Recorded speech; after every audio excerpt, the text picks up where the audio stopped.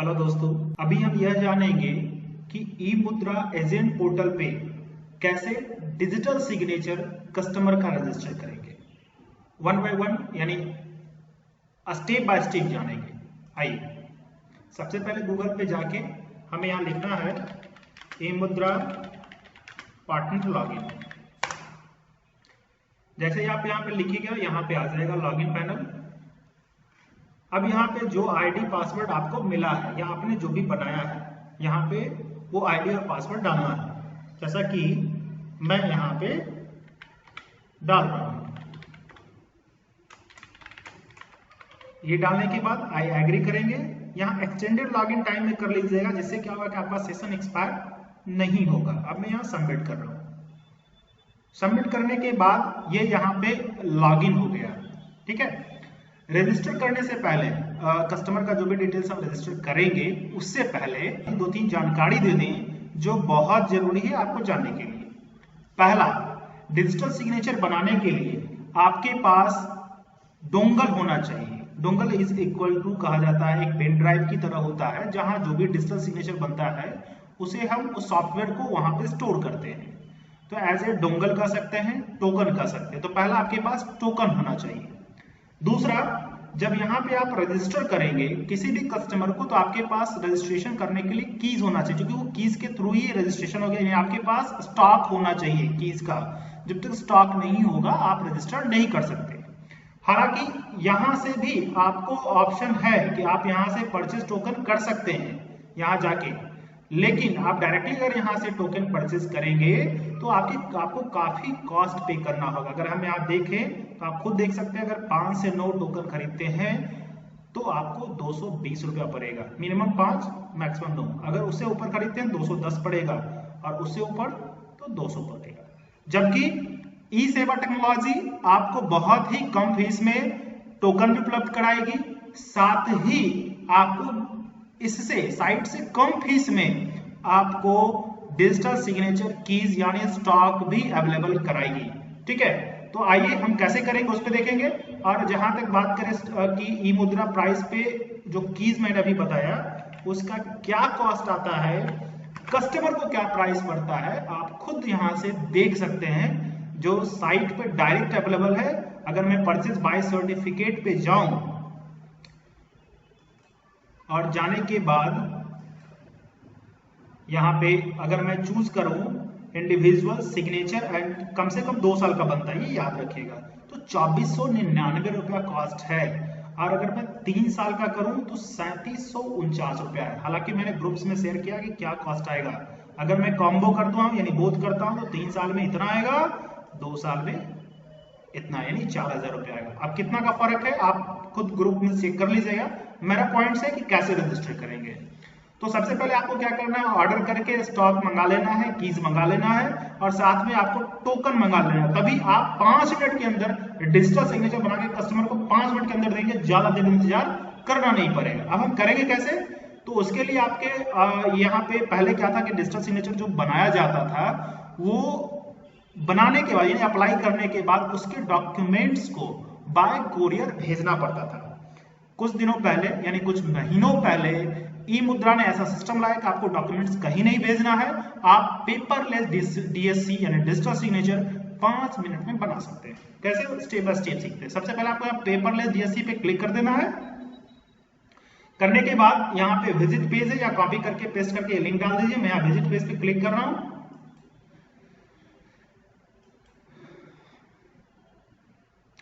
अब जैसे मैंने क्लिक किया, यहाँ पे आ गया एनरोल एंड अप्लाई डीएससी। मैं इस पे क्लिक करूंगा।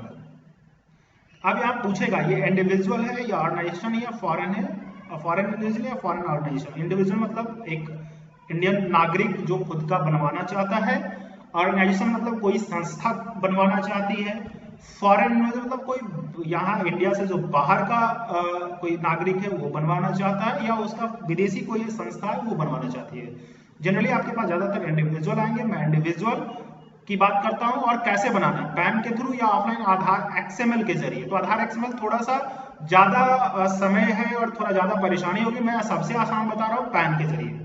अब अप्लाई करने के लिए आपके पास क्या क्या होना चाहिए आप यहां देख सकते हैं। Scan copy of pan card, pan card आपको स्कैन कर लेना है। Scan copy of address proof, customer का एड्रेस प्रूफ जैसे कि आधार कार्ड या फिर इससे रिलेटेड वोटर कार्ड, पासपोर्ट जो भी है आपको स्कैन कर लेना है।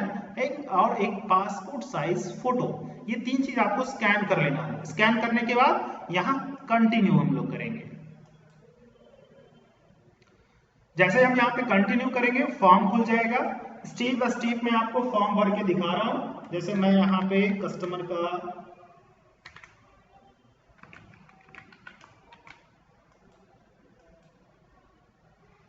भर रहा हूं, जैसे मैंने यहाँ पे डाला पैन नंबर, ये ऑटोमेटिकली वेरीफाई कर दिया कि इसी व्यक्ति का है कि नहीं, आप चेक कर लीजिए। तो सही इसी व्यक्ति का है। मैं यहाँ पे नाम डाल देता हूँ, मेल है या फीमेल, डेट ऑफ बर्थ जो भी है ये यहाँ डाल देना है। मैं यहाँ डाल रहा हूं।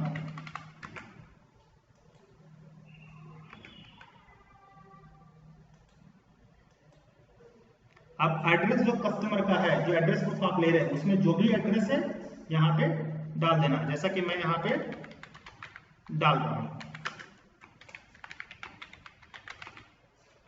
पिन कोड जो भी है वो पिन कोड डाल देना है। पिन कोड के अकॉर्डिंगली आपको स्टेट, सिटी, कंट्री आ जाएगा। अब यहाँ पे है मोबाइल नंबर, जो भी कस्टमर का मोबाइल नंबर है वो आप यहाँ पे डाल देंगे। और यहाँ कस्टमर का ईमेल आईडी, चूंकि मेरे पास ये व्हाट्सएप पे ईमेल आईडी आया हुआ है, मैं इसको यहाँ से कॉपी कर लेता हूँ और कॉपी करने के बाद यहाँ पे मैं पेस्ट कर देता हूँ। अब मैं यहाँ पे नेक्स्ट कर दूंगा। जैसे ही नेक्स्ट करूंगा तो यहाँ क्लास पूछ रहा है। पहले क्लास 2 भी होता था, 1 भी होता था, कई तरह का क्लास होता था। अभी सिर्फ एक क्लास है, क्लास 3। तो क्लास 3 हम यहाँ चुन लेंगे। यूजर टाइप मैंने पहले से इंडिविजुअल चूज कर रखा है, तो इंडिविजुअल पूछ रहा है। सिग्नेचर कैसा चाहिए, सिग्नेचर चाहिए, इंक्रिप्शन चाहिए या बोथ चाहिए, इसको आप ध्यान समझेंगे, क्योंकि अभी हमारे पास एक ही सर्टिफिकेट, इसलिए कंफ्यूजन नहीं होगा। कोई अगर कॉन्ट्रैक्टर है, ठेकेदार है, और उसको कहने का हुआ टेंडर फाइल करवाना है, तो टेंडर फाइल करवाने के लिए उसको दोनों चाहिए, सिग्नेचर भी चाहिए और इंक्रिप्शन भी चाहिए। इसके अलावा कोई गवर्नमेंट एजेंसी है, कोई गवर्नमेंट एम्प्लॉई है और उसको कहीं किसी सर्टिफिकेट की जरूरत है, फाइल करना है अपने पोर्टल पे जो उसको गवर्नमेंट की तरफ से मिलता है, तो वहां भी आपको सिग्नेचर और इंक्रिप्शन दोनों की जरूरत पड़ेगी। यानी हम यहाँ पे बोथ इस इक्वल टू, इसको हम कॉम्बो कहते हैं, आप इसका इस्तेमाल करेंगे। लेकिन अगर कोई कस्टमर है जिसको जीएसटी फाइल करवाना है, इनकम टैक्स रिटर्न फाइल करवाना है, किसी का कंपनी है उसको अपना आरओसी फाइल करवाना है, इस तरह की जो चीजें हैं, अभी हाल में जो सीबीएसई स्कूल है उसे भी लॉगिन करना पड़ता है, डीएससी के जरिए फाइल करना पड़ता है, तो उसे भी ये करवाना पड़ता है। तो आप यहाँ सिर्फ सिग्नेचर चुनेंगे। हालांकि कस्टमर कॉम्बो है, इसलिए मैं कॉम्बो यहाँ सेलेक्ट कर रहा हूँ, आप सिग्नेचर भी चूज कर सकते हैं। अब ये सर्टिफिकेट वैलिडिटी हमेशा 2 साल या 3 साल का ही इस्तेमाल कीजिएगा। यहाँ पूछता है हैव ए प्रोडक्ट की, आपके पास इन प्रोडक्ट की होना चाहिए, अगर नहीं है तो कोई फायदा नहीं अप्लाई करने से। सबसे पहले आपको ऑर्डर करके कीज ले लेना है। अब मैं यहाँ 2 साल चूज करने के बाद यहाँ पूछता है चैलेंज कोड। ये चैलेंज कोड क्या है? ये चैलेंज कोड कनेक्ट करता है, एक कोड होता है जो आपको खुद चूज करना है। जब इसका बन जाएगा डिजिटल सिग्नेचर तो आपको डाउनलोड करना पड़ेगा उस सॉफ्टवेयर को, उस सॉफ्ट कॉपी को। उसके लिए वहां पे कोड की जरूरत पड़ती है, आप खुद सेट कर लीजिए जो भी कोड आपको रखना है। मैं यहाँ पे अपने मन से डाल रहा हूं, उसी को रीटाइप कर लेना है। मैं रीटाइप करके यहाँ नेक्स्ट कर देता हूं। जैसे ही नेक्स्ट करूंगा, अब यहाँ पे जो मैंने कहा था 3 कॉपी जो स्कैन करके रखना, वो तीनों यहाँ अपलोड करना है, वो आपके पास होना चाहिए। मैं यहाँ पे करता हूँ 1 बाय 1। मैं पहले फोटो ले लेता हूँ जो मैंने यहाँ पे स्कैन करके रखा हुआ है पहले से।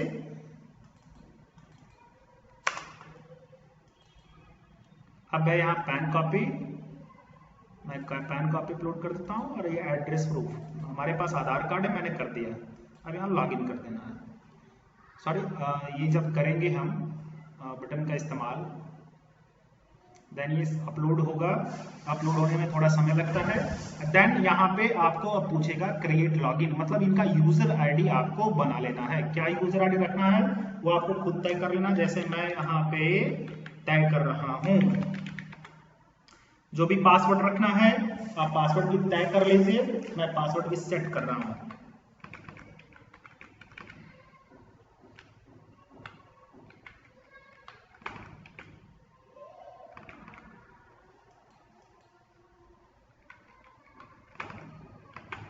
मैंने पासवर्ड सेट कर दिया है, ये 6 अंकों का होगा। देन यहां हम लोग नेक्स्ट कर देंगे।